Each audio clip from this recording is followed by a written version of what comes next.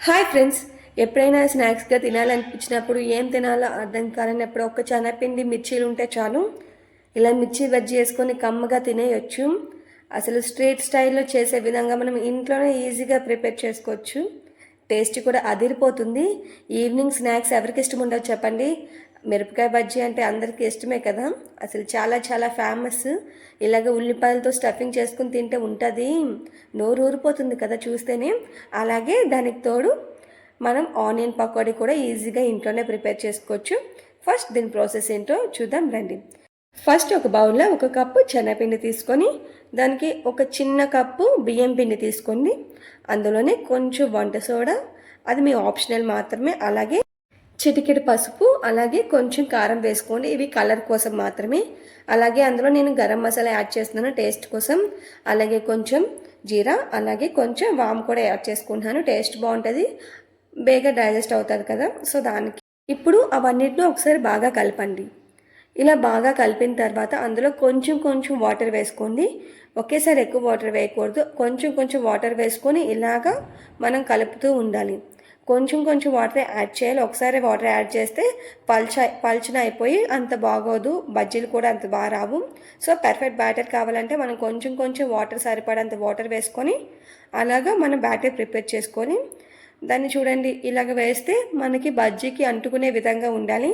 మనం దానికోసం చేయి పెట్టి చూస్తే తెలుస్తుంది మన చేయికి అది స్టఫింగ్ అనేది అంటుకుందా లేదో అనేది. చూడండి, అంటింది కదా, ఇలా ఉంటే సరిపోతుంది. దీన్ని ఆల్రెడీ మనం సాల్ట్ యాడ్ చేయలేదు కదా, మర్చిపోయాను. ఇప్పుడు లాస్ట్లో సాల్ట్ యాడ్ చేస్తున్నాను. ఇలా సాల్ట్ కూడా యాడ్ చేసుకొని ఒకసారి బాగా కలపండి. బాగా కలిపి పక్కన పెట్టుకోండి దీన్ని. ఇప్పుడు డీప్ ఫ్రైకి సరిపడా ఆయిల్ వేసుకోండి. ఆయిల్ అనేది బాగా హీట్ అయిన తర్వాత బ్యాటర్ని చిన్నది వేసి చూస్తే తెలుస్తుంది ఆయిల్ అనేది హీట్ అయిందో లేదో. నాకైతే పర్ఫెక్ట్గా వచ్చింది. ఇప్పుడు మిర్చీలు ఉంటాయి కదా, మిర్చీల్ని అందులో డిప్ చేసుకొని డీప్ ఫ్రైలో వేసుకోండి. అంతేనండి. మీకు ఎన్ని బజ్జీలు కావాలంటే అన్ని బజ్జీలు అలా వేసుకొని మీడియం ఫ్లేమ్లో ఉంచుకోండి. హై ఫ్లేమ్లో పెడితే బేగా మాడిపోతాయి కదా, సో మీడియం టు హై ఫ్లేమ్లోనే మీకు ఎన్ని బజ్జీలు కావాలంటే అన్ని బజ్జీలు బాగా ఫ్రై చేసుకొని టిష్యూని పేపర్లోకి తీసుకోండి.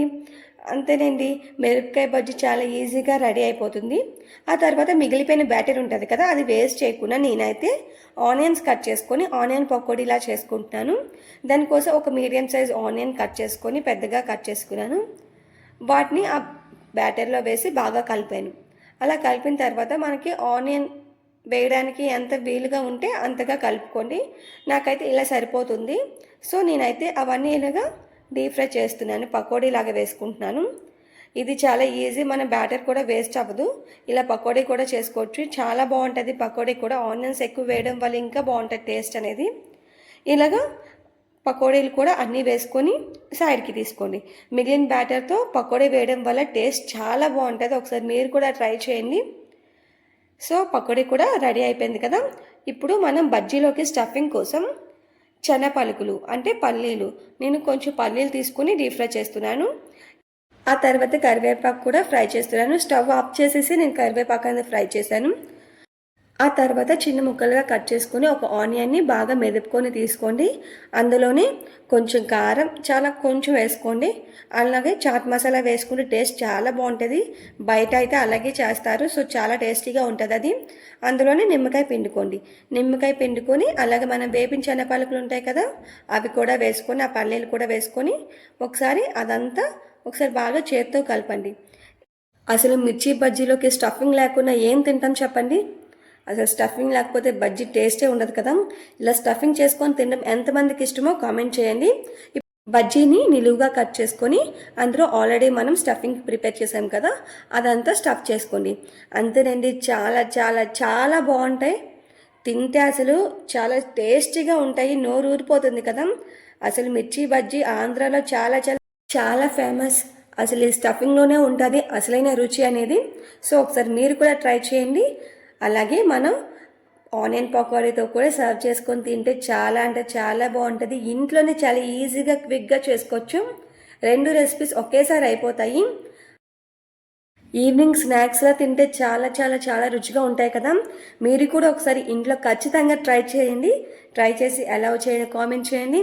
అలాగే మన ఛానల్ని ఎవరైనా సబ్స్క్రైబ్ చేయకపోతే సబ్స్క్రైబ్ చేయండి. అలాగే వీడియో చూస్తున్నారు కానీ లైక్ చేయట్లేదు, మీరు లైక్ చేయండి, షేర్ చేయండి. Thank you for watching. Bye bye.